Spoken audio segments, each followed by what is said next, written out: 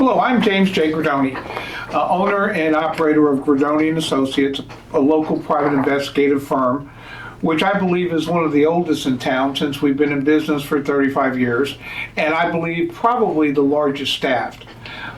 Over time, clients and friends have said, you know, you've been in business so long and you have so many interesting stories and you help so many people, you ought to let the public know about it.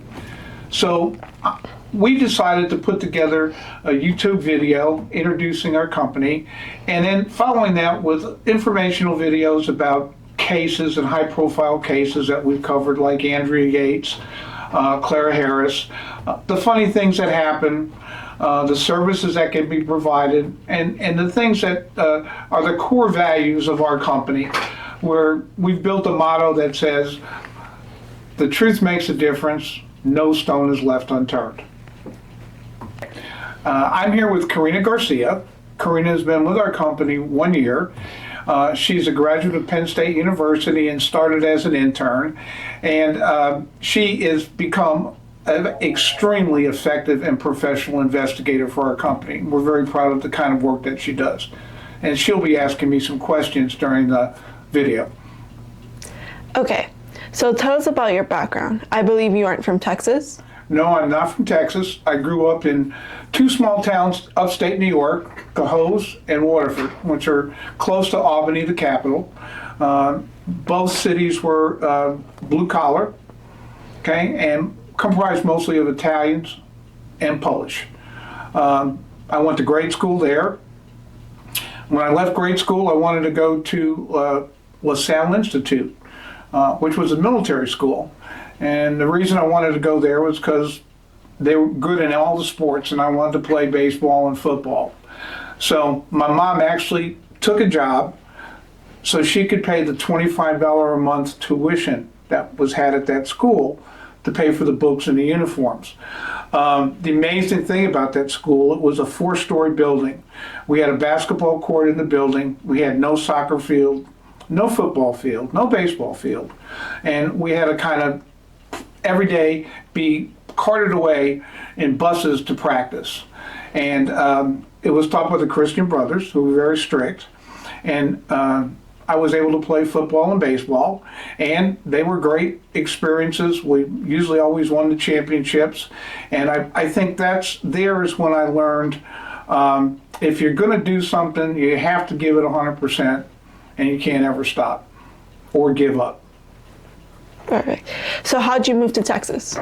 Well, after I graduated from high school, I went to Albany State University to play baseball. I was actually captain of the freshman team. During that time, I was selling Cutco knives door to door part-time. And during the summer, I had hurt my knee, and I was being rehabbed, and my boss was being sent to Oklahoma to establish a new region. And he asked me if I'd go with him for 6 months. And I figured, okay, I'll go for 6 months, come back, come to school, be in time to play baseball. So we went to Oklahoma City. We were very successful. Before I knew it, I was, 20 years old, driving a LeSabre convertible, making all kinds of money, and I kind of forgot about college. And they just kept transferring us, building businesses. We went to Fort Worth. We were there, built a business. Now I went to Dallas. Then we eventually got to Houston. And so I was here in Houston for about 4 years working with Cutco at that time. So how'd you go from Cutco to law enforcement? Well, a good friend of mine who's a DPS trooper encouraged me to join the reserves. So I became a reserve deputy at Precinct 2, which was headquartered in Pasadena. Cutco was getting old. I was divorced. My mom had moved down from New York, and she was helping me raise my 4-year-old son. And I get a call from the chief one day, and he said, I have a job opening full-time. You want to take it? And I thought, yeah, I do. So I gave up my Cutco career after a number of years and became one of the deputies at Precinct 2. I had a good run there for about 14 years. The constable departments back then weren't as big and well-funded as they are today. I know Precinct 4 probably has 400 deputies. I think we had 14 deputies at that time, which was in 1977. During that time, after the first few years, the constable wanted to put together a criminal division, and I was promoted to lieutenant, and I had 3 deputies that worked in the criminal division. And our main duty was to run warrants, put people in jail that were wanted by cases put out through the JP courts, etc. Then it evolved into other things. When local businesses would come in with problems, somebody was passing forged checks at the grocery stores, we would work the check rings. People were selling drugs to kids in Sagemont, we would work them and put them in jail. Auto dealership was having cars stolen from the lot, we worked that. But our main goal was the warrants, and we loved the warrants. The district attorney's office had a fugitive task force, and we assisted them running down criminals and placing them in custody. And I shouldn't say criminals, these were people wanted on warrants. It got to be a passion. We would do things like, on Christmas Day, pick out one of our most offenders that had multiple warrants for, let's say, sexual assault, and we'd sit on the mother's house until he showed up and we'd arrest him. One time we found out a person was getting married at the JP office. We went by and we arrested them, but we did allow them to get married before we took them to jail. And we were very creative. We made lots of arrests, made a lot of people happy. And in 1983, I was one of the lucky recipients of the Hunter Club Officer of the Year Award. In 1986, I was promoted to chief deputy, and the department had grown. But unfortunately, Constable Larkin passed away, and there was a change in administration. When that happens, the chief deputy is replaced by the new constable. Okay, so after you left Precinct 2, what were your job options? Well, I did have some offers for some other precincts, but I decided that I was going to try something new, and I applied and got a license to be a private investigator and have a private investigative company. And I realized that I had a company, but I had no clients who could pay me money to do work for them. So I went back to the old school things I did. I worked for some bonding companies, tracking down people who had jump bonds on their felony warrants and put them back in custody. That was kind of a sketchy thing because you only got paid if you caught them. As a result of that, I became associated with the attorneys who represented those people that jump bond, and we started getting hired doing criminal defense work. So was it difficult going from the prosecution side, like putting people in jail, to helping defend them? Well, it really wasn't. You know, a lot of times people ask us, why do you try to get people off?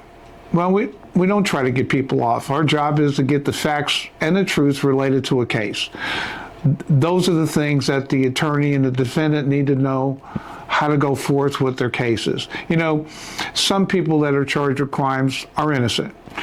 Some people just make stupid mistakes. Some people have no moral compass. But whatever, our role is to get the facts of the case, present it to the client so they understand at what point they can make a decision about going to trial or not.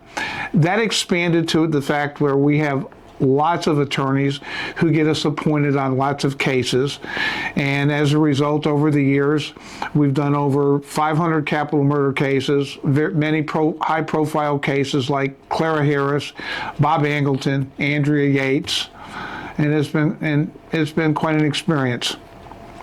Okay. As the company grew, what were your challenges?